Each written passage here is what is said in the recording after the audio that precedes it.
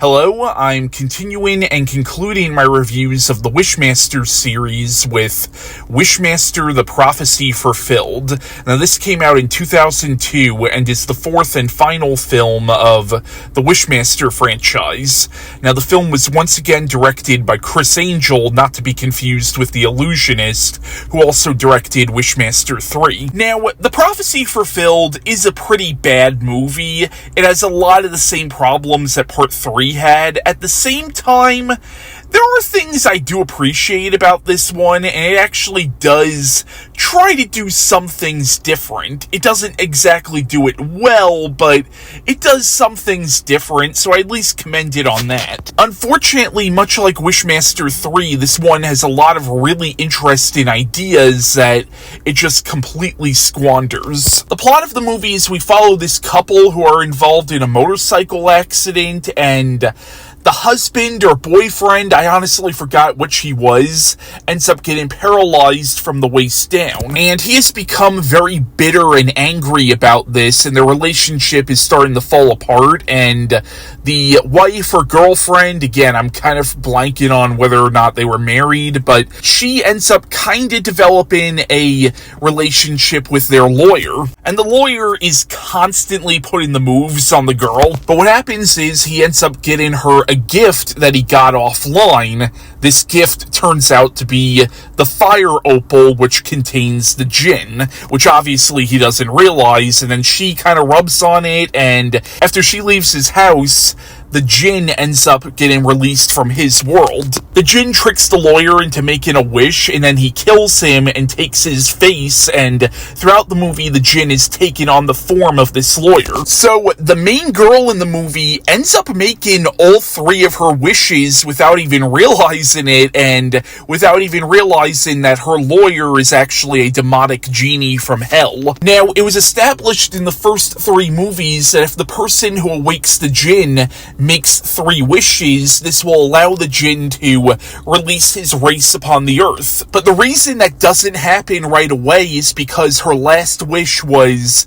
for her to love him for who he is. Now, once again, she doesn't realize that he's actually a Djinn. So basically, the whole plot of the movie is it's about the Djinn trying to get this girl to fall in love with him, but he can't force her to. Like, again, he has to get her to love him for who he is. Meanwhile, his fellow Djinn are like, "What the fuck are you doing? Set us free." And he's like, "No, this is a wish that she technically has to grant." So in the movie, you have Novak, who plays the Djinn, actually being able to explore this character in ways that he wasn't able to in the third film. Unfortunately, besides having a fairly interesting premise, yeah, this is a very mediocre film. It's also shot so blandly. Like, it's shot almost like a softcore film, and the acting is honestly on par with that. There actually is a heavier emphasis on sex and nudity in this one, which I have nothing against, and you certainly can combine eroticism with horror. I mean, Clive Barker does it,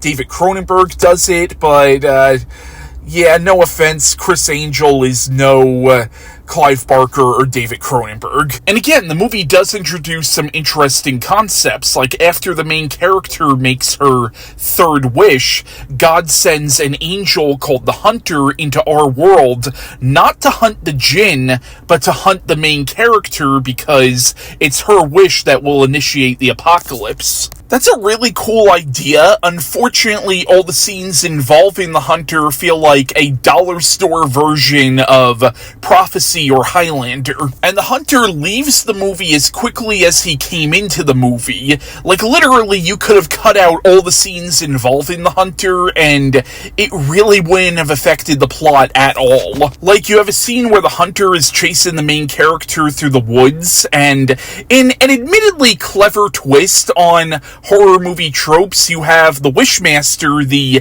antagonist of this series, actually having to save her, and then you have a battle between the Djinn and the Hunter, and you would think a battle between a Djinn and an angel would be a lot more epic, and it's literally just two guys LARPing in the woods. So yeah, this is not a very good movie. It has some really interesting ideas, but doesn't really do anything with those ideas, with the exception of, you know, like, sort of exploring this idea that the Djinn might actually be falling in love with the protagonist. Like, that is a cool idea, and it does explore it a little bit, but overall, yeah, it's a pretty mediocre film. And it's frustrating that this is the last film in the franchise, because honestly, this is a franchise that had a lot of potential. The first two movies, I think, are really good.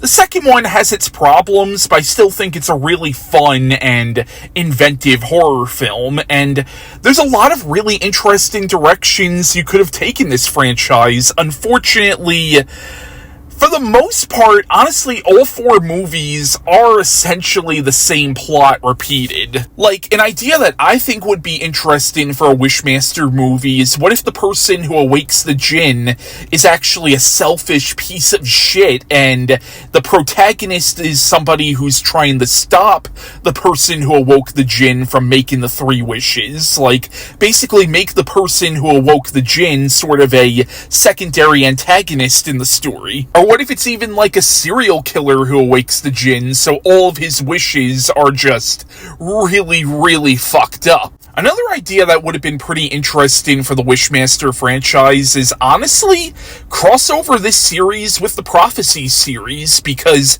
we know angels do exist in this universe. I think that would be kind of cool. Obviously, I know they were owned by two different companies, so it probably wouldn't have worked out. Or shit, if you wanted to go really campy, have the Wishmaster meet the Leprechaun. I mean, that would have been kind of cool, having an evil genie go up against an evil leprechaun. But like I said, this was the final film in the franchise. A few years ago, Andrew Divoff, who plays the Wishmaster in the first two movies, expressed interest in doing a Wishmaster 5, and my god, I would love to see that, if for nothing else, just to see Andrew Divoff again as this character. There have been talks of a remake or a reboot, but as far as I know, it's nothing concrete. So yeah, that was my review of Wishmaster 4, The Prophecy Fulfilled, and this concludes my series of reviews on the Wishmaster series.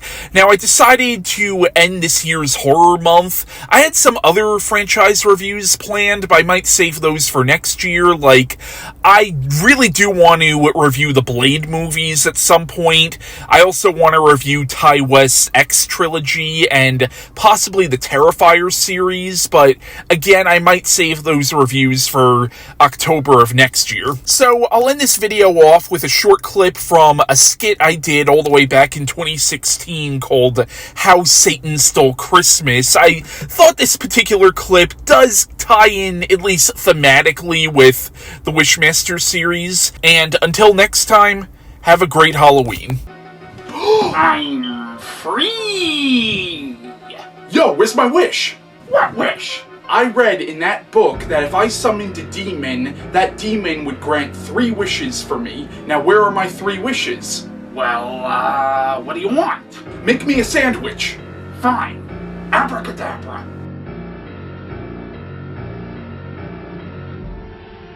I would love to stay here and grant those other 2 wishes for you, friend, but unfortunately now you're a sandwich, and sandwiches don't talk. Rah!